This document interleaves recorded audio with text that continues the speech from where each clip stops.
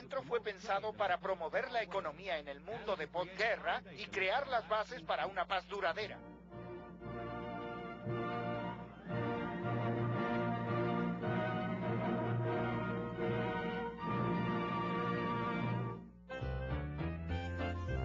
Gracias al aporte de los países miembros, se crearía un fondo común de crédito para otorgar préstamos a los países integrantes que lo solicitasen. Dos históricos economistas fueron los responsables de diseñar las políticas internas que regirían a la flamante entidad: el inglés John Maynard Keynes y el norteamericano Harry Dexter White.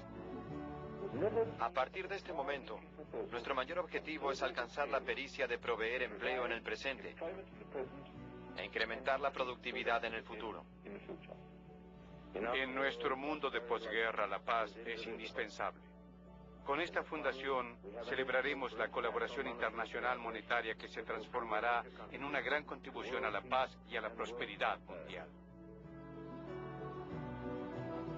Los ingleses, como John Maynard Keynes, querían implementar un sistema que favoreciera las necesidades inglesas, porque el mundo británico, la economía británica, estaba muy debilitada como resultado de haber sido atacados durante la Segunda Guerra Mundial.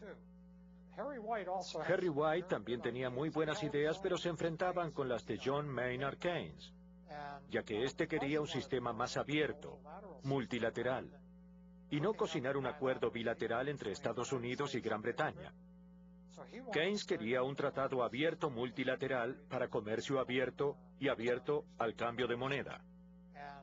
Y quería que el FMI sirviera como una herramienta, una de las tantas herramientas para hacer la economía mundial más estable. Finalmente, luego de 3 semanas de debates, Estados Unidos hizo prevalecer su nuevo rol de líder mundial, y la propuesta conducida por Harry White fue la que se impuso.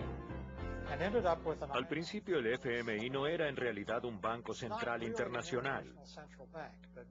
Era más bien un prestamista internacional. Se volvió una especie de club, o un grupo de países donde cada país podía obtener un préstamo.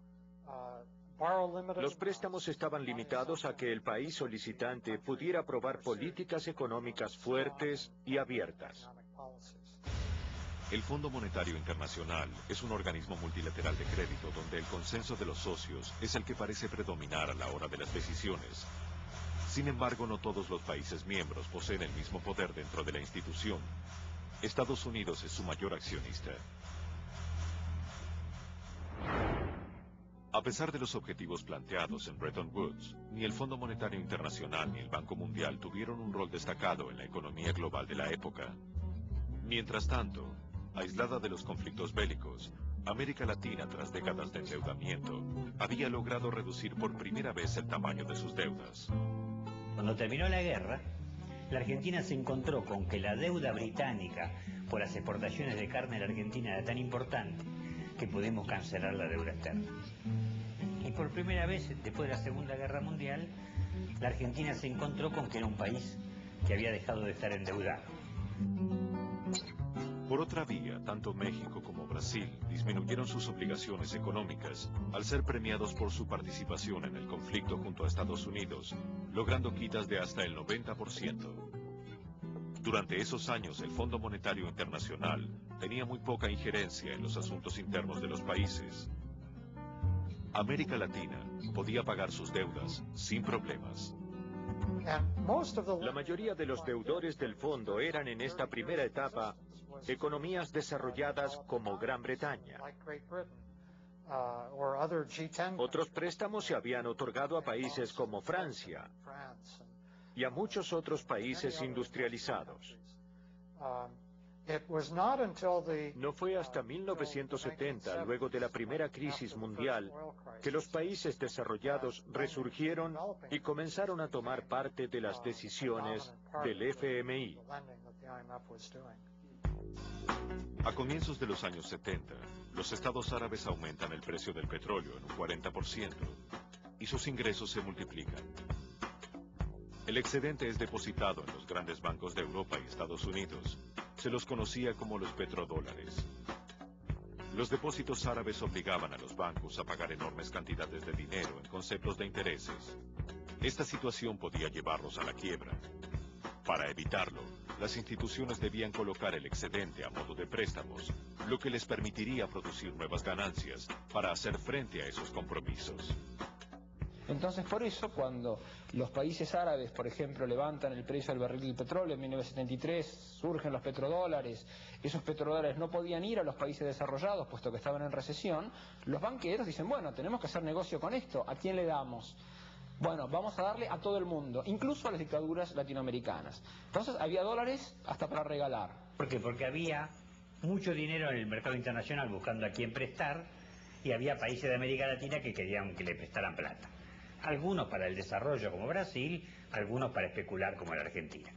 ¿Estaban dando los préstamos a los dictadores o a los regímenes parlamentarios por igual y sobre todo para ese fin? Y lo sabían. Es más, sabían que se estaban sobreendeudando. Hay inclusive un libro de Robert Devlin que muestra que cómo los bancos desesperadamente colocan el dinero en los países latinoamericanos, ofrecen el dinero, pagan comisiones a políticos, a militares, etcétera, para que tomen los préstamos, ¿no? Pero el fondo no era la preocupación de Latinoamérica en aquellos años. El grueso de sus deudas era con los grandes bancos internacionales. Cada país utilizó estos fondos con diferentes criterios. Hay tres casos típicos en América Latina en la década de los 70. Uno es el de Argentina, otro es el de Brasil, otro es el de México. El caso de Argentina, la deuda se usó para financiar la evasión de capitales, básicamente. En México se evadió una parte y con otra parte se edificó en muy poco tiempo una infraestructura petrolera fuerte. De modo que mitad y mitad.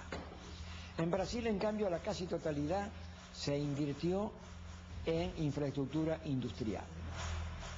Los países de Latinoamérica aumentaron rápidamente sus deudas y en muy poco tiempo una enorme crisis sacudiría la región. La llamada crisis de la deuda marcaría el ingreso del Fondo Monetario Internacional al continente. Si existe un plan para dominar América Latina, tal vez en esa crisis se encuentre el origen de la intervención económica del organismo en la región. El mecanismo es muy fácil. Eso se vio en los casos de endeudamiento externo. Hacen que los países se endeuden más allá de sus posibilidades, después no pueden pagar, para pagar tienen que pedir préstamos, y esos préstamos se otorgan si se cumplen con las condiciones de política económica interna que les exige el Fondo Monetario.